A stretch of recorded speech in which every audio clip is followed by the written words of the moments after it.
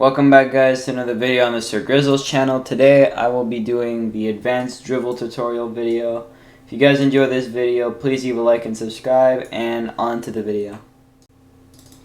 Before this video starts, I always say this for all of my tutorial videos, but for controller players, I would suggest you go on the half-court camera setting, which is located on the bottom left side of your screen.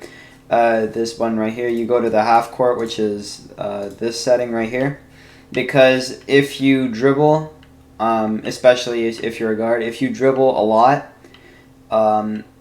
if you do right stick on the regular camera setting, it will move your screen since it uses the right stick to dribble. So look, I'm going to move my right stick to the right. It makes me look and it makes me dribble at the same time. So you don't want this. You're better off staying on half court setting. If you play on full court games, it's going to be a little bit tougher, but if you figure out the best ways to look around and everything, you should be fine. But yeah, now on to the dribble tutorial. So the first thing that we'll be talking about is, of course, the different types of dribble moves that you can use in this game. On my basic tips tutorial, I have covered these moves very briefly, so I'll just go back on them again, but a little bit more detailed this time. So for the first move, of course, a crossover, very simple. Flick your right stick on the opposite hand of where the ball is. So if the ball is on your right hand in this example, flick your right stick to the right, or to the left, sorry. If you want to do a hesitation, you flick your right stick to the same side of where the ball is. So look, it's on the left side. Hesitation, flick your right stick to the right. Same thing goes on the right side. You flick your right stick to the right to do a hesitation. To do a behind the back, you do a quarter spin, or you do a quarter circle from 3 o'clock to 6 o'clock if it's on your right hand. So, and you do vice versa on the other side. So you do 9 o'clock to 6 o'clock instead of 3 o'clock. So if you guys are kind of lost, you guys could look at the controller overlay on the bottom left, and it should make more sense. For a spin move, you hold the side that you want to the side that you want to spin move to. So if you want to spin to the left and your ball's on the right hand, you hold to the right or to the left side, and then you hold to the right if you want to go right. If you want to do a half spin, you do the same thing, but you do it to the same side of the ball. So let me do this one more time. So you just hold it, and then you should do a half spin on the same side. Here's one move that is new to the game now, or that is very that I didn't know at first, is the momentum crossover. So this move right here, it's very good to just size up your opponent. It's very hard to steal from.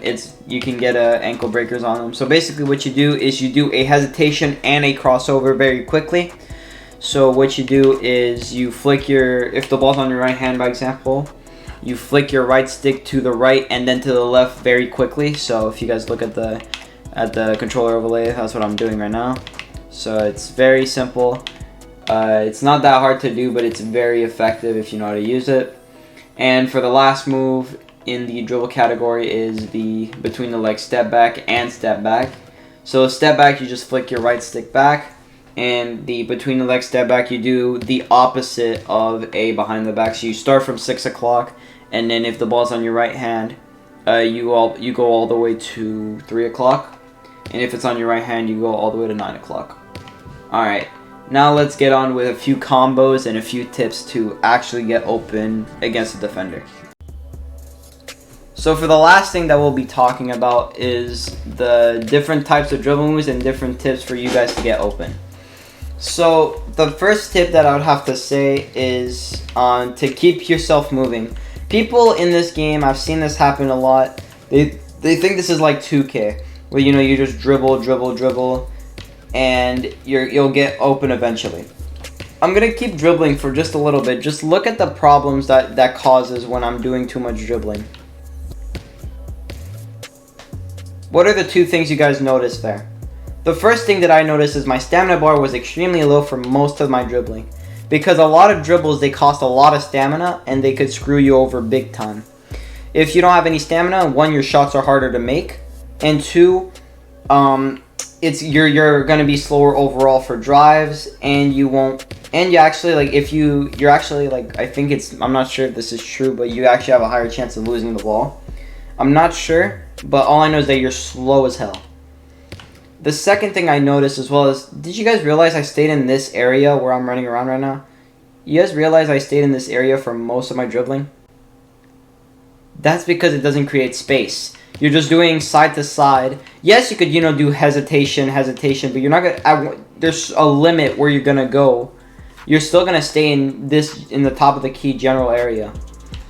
So that's why I would suggest to keep moving. So instead of doing too much dribbling, move. Don't do too much, but don't do none. Because if you do none, you're gonna get stripped really easily.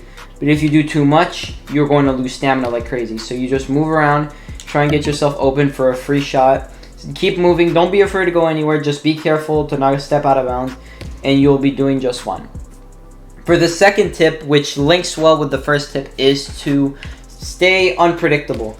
So people like to have their one move Timmies. So they like to do one move. So, by example, the zigzag, they just do this the whole time, and they get open, right?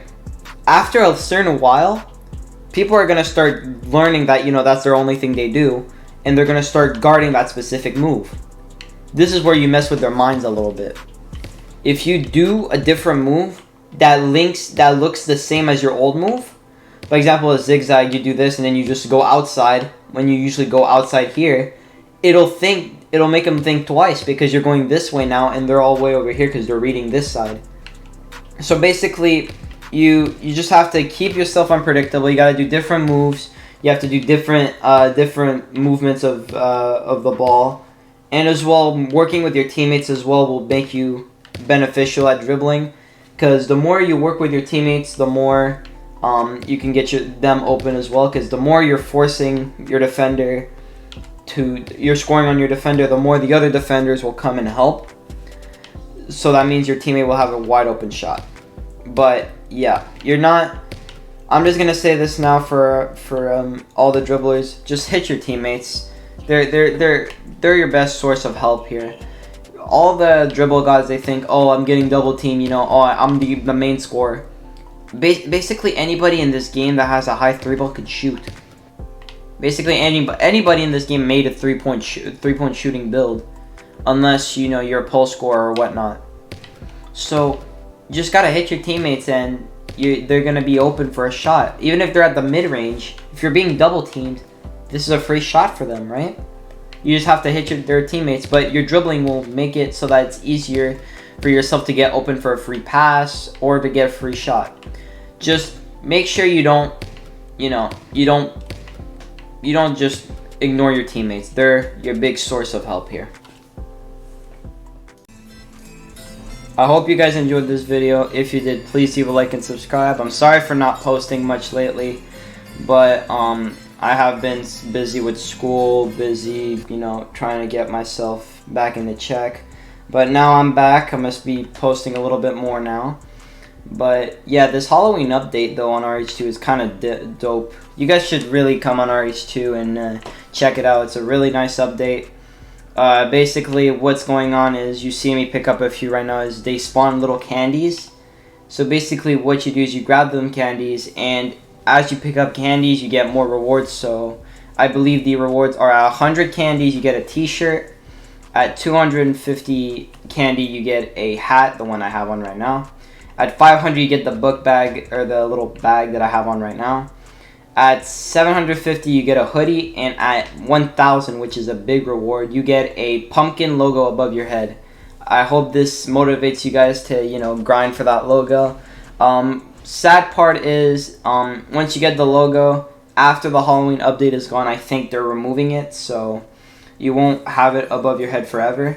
But until I think after Halloween, you should have it, and it'll be a good flex for you. You could say, oh, I played the game a lot. But I'm happy with 500. I'm happy with my YouTube logo. So I don't think I'm going to go for it. But anyways, I hope you guys enjoyed this video. Like I said, please leave a like and subscribe. And I'm back, so you will be seeing a little bit more content from me. Alright, bye guys.